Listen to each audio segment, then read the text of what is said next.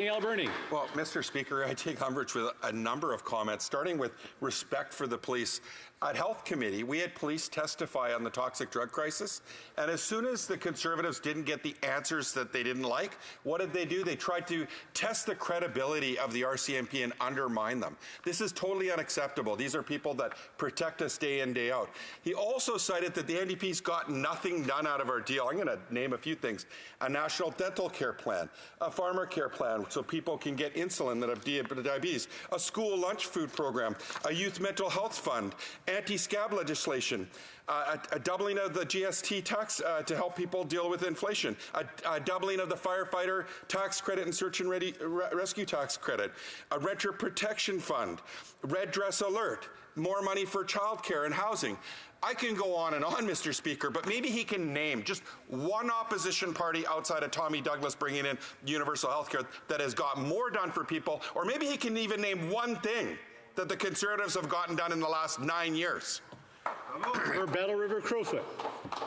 You know, what's interesting, Mr. Speaker, is he just provided a list. I don't have time to dispel many of the myths that member is propagating. But, Mr. Speaker, let me simply say this. Even many of the things that are on that so-called list of accomplishments are things that they compromised on, things that are not actually accomplished, things that are not being delivered, or things that certainly are not, that are billed as one thing. But when Canadians, including Canadians that reach out to me to ask questions about the specifics of those programs, express extreme disappointment, including members, although there aren't too many of them. There are a few people in my constituency that have voted NDP in the past, and they have expressed to me extreme disappointment with how that member and that party has sold their souls to the Liberals. But, Mr. Speaker, let me say this when it comes to the toxic drug crisis. There is a very, very clear sentiment that I hear across this country, and it is that the failed policy that the Liberals and the NDP